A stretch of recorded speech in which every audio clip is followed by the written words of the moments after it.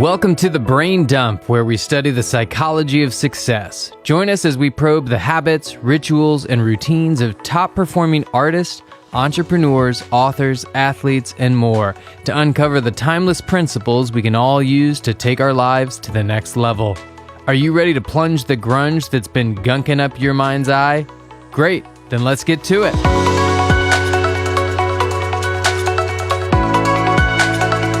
Gain. We never actually went back and talked about the book, but we'll still label it the episode. Guys, welcome to the Brain Dump. How are y'all doing today? So, you know what? I decided that today, guys, we're going to put our good co-host here on the hot seat. We're going to put him on the hot seat. And I know that a lot of your first 30 days of the year, this will come out in early March. I know a lot of the talk around your business has been expanding, growing, hiring, everything. And I really just want to dive into that topic for you, because I would say it's probably one of the things that's not discussed about. There's 50 different tactics to do, and just kind of getting, your perspective on how you think it's going, things that are coming up that are pushing against you, and things that are easier than you thought. And kind of just for context, everybody, if you haven't listened to the podcast, Anthony is expanding the business in the syndication realm, and they're hiring. They've got big goals for this year, and so we're going to dive into kind of unpack where he is at as a co-owner of the business and as a boss, really, which is a whole different can of worms. Yeah. So this year, it's interesting. We just sat down, my partner, Dan, and I a couple days ago and did our annual rock review, where we kind of follow the Traction EOS system. Mm-hmm. And we really laid out okay, where are we going in the next year, 3 years, 10 years? And we do this, the goal is to do this every year, right? And you update your 3-year goal, your 10-year goal. And it's interesting because we have really ambitious goals about where we're trying to get to. And we think we have the right playbook for how to get there. And for us, it's a lot of hiring brilliant people, bringing them into the fold, getting them aligned into the, towards the vision that we're working towards, and then letting them loose. And the difficulty is, one was we're trying to grow a lot. So I think in the next 2 years, we need to bring on an additional 18 people. And these aren't just 18, people to put on the manufacturing line. These are high level, super high achieving, brilliant people. And it's okay, how hard is it going to be to go and hire them? And what I'm running into is, as we sit and set these goals, there's so many different directions that we could be running. And it's what is the priority? Because a lot of companies, a lot of people will say oh, these are all my priorities. And you can't have multiple priorities. Priority means the thing, one thing.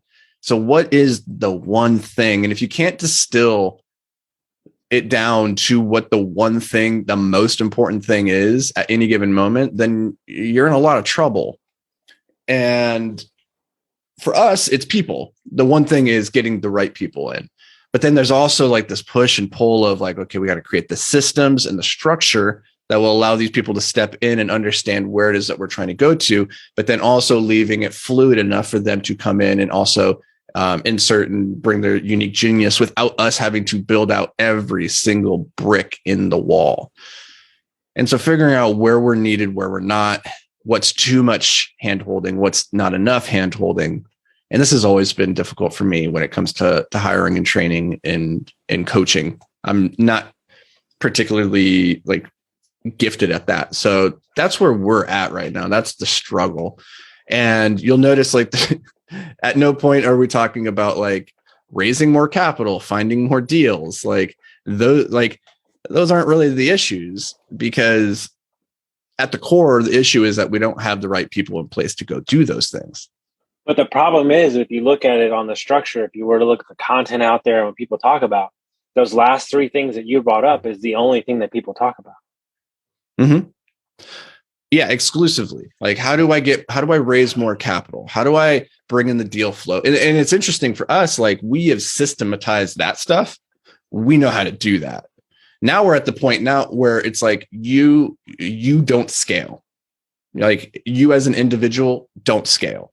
And so I know how to raise capital. Dan knows how to raise capital. We have a system that is leaning on us to do that right now. We have a system for going and getting deals, but it leans on us.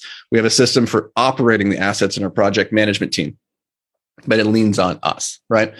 And so now it's okay. We need to remove ourselves from that equation and bring the right people in. So finding the right people, putting them into the seats, and then like enabling them to succeed. That's really where it's at. And it's funny, like the episode before this that we recorded probably came out last week would be my guess. We talked about The Gap and the Gain by Dan Sullivan and Benjamin Hardy, but their first book was Who, Not How. You know, and it's not like, okay, we're trying to build $1 billion company. You don't start with how do I do that? You start with who do I know that could help me do that? Right? Like who's the right person for this? And that's where we're at. I just finished that book too, right after that other one. And the one that really, the part that blew me away was when he talked about how they found the who for their personal life. And I was like, damn, okay. So like, it's not like, I think I knew that, but like for him to articulate it, like, it's not just about like in your business. It's like your partner, like your environment, like the people you spend their time around, who's taking care of your house, your trainer. Like if you're really trying to, you know, systematize and create this thing, it's in every aspect of your life. And when you switch the thinking of, you know, we need to find the right people. And the thing is like, you're not looking for some, you know, person that makes like $13 an hour. You're looking for like that A player who can push the threshold of the business up. And that's a way different game you're playing than just finding the body. Entirely. Here's the issue. The people that we need, they're not looking for jobs. Yeah. They're not. They're either in a job where they're killing it, they love it, they have their own thing going, their own business or whatever, or the jobs are just coming to them, right? Like, so then they're not out there looking. Well, then you have to find and cultivate them. Well, you either find them at that $13 an hour job, which doesn't really exist, and you bring them in, and then you coach and train and bring them up, but and that can work. I think you have to have a two-pronged approach of like having a system that builds talent. I think that's one of the core products every business needs to have if you want to scale. Like it's not just the product that you're delivering to the customer, but it's the product of how you do what you do in cultivating talent inside that organization. But the other way is finding people who already have that track record. They already have the experience, and that can accelerate you so much faster. And if the goal is speed, then you don't have the time, you don't have the luxury of time to go and like bring people in at the low level and train them to where you want to go. Because that will like the variable there is time. They need time. Everybody needs time to improve and like jump levels, right? Alex Hormozi talked about this where I think his mentor, somebody that he was working with on coaching, was saying like, you're only 3 hires away from all the growth you could ever need. 3 hires. And I don't know exactly what those 3 hires are for your company, but for the way I think about any company is that it falls into 3 buckets. You have your acquisitions, you have your operations, and you have your finance.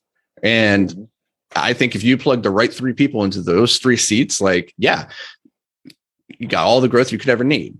Right. So, but how do you go and find those talent? That's the trick, right?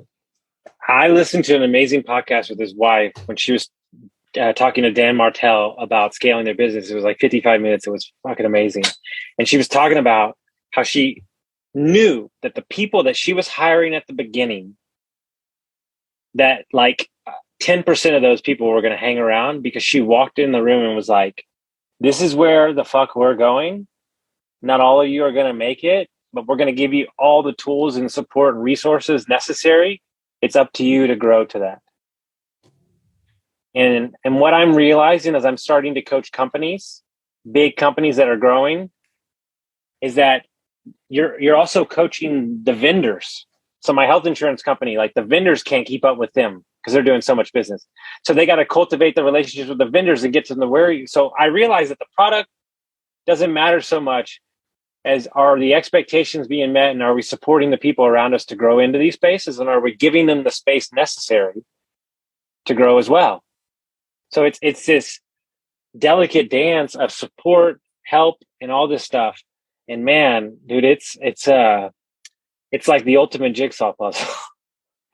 Yeah, it really is. I think it's interesting when we talk about like the coaching up of talent. Like, let's go back to that for a second, because I think if you want to have like explosive growth, the type that's not just like, I want to double next year, but you want to like 10x, 100x in a year, like you're going to need to bring in some heavy hitting talent. You're just going to need to do that. But then there comes a point where you need to then maintain or operate that thing. So like every company has like these different life cycles that it goes through, where it's like, we're in the startup phase, and the people that you need in the startup phase, they need to be excellent, but they're probably not the people, like, unfortunately, you're not in a place yet where you can go get those people. So you just kind of bootstrap it and figure it out. And then you get into like the growth or the scaling phase. And there you can start to bring in the talent, but you still need to supplement it with internal talent that you have proven a system for cultivating and scaling. And that part's hard. Like, that's the part that we ran into a lot of issues with at Escape, was like, we were in this growth mode. We actually succeeded in finding those 3 right people to scale the company. But then as a company, we really struggled to bring in the talent at a lower level, like to recognize that person has the potential to be great, and then give them the tools, the resources, and set the clear expectations that would allow them to reach their full potential. And what we realized is, like, as an organization, we're great at recognizing ability. We're really terrible at extracting that ability.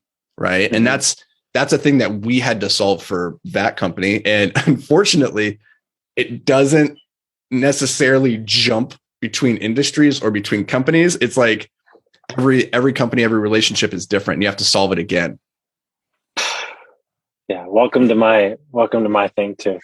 Guys, if you enjoyed this episode, man, I did. High level conversation. You know, those 2 books that we mentioned, Who Not How, The Gap in the Gain Again. You know, really creating a company to cultivate talent and make sure that you're putting the right people in place. So share it with a friend, and we'll see you next time.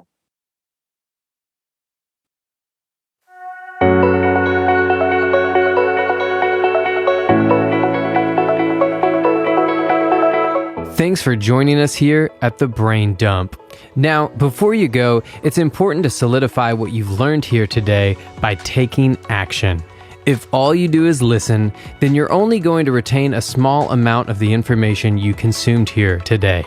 So take a quick moment to really lock in any key insights, tidbits, or pieces of wisdom that you want to carry with you into the future.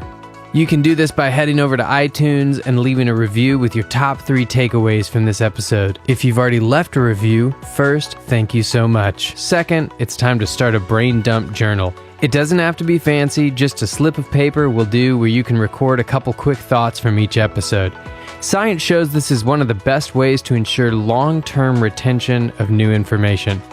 And finally, if you've got a brother, a sister, a coworker, or a best friend that you think would benefit from this episode, do them and us a favor and share with them this episode. Your support, as always, means the world to us.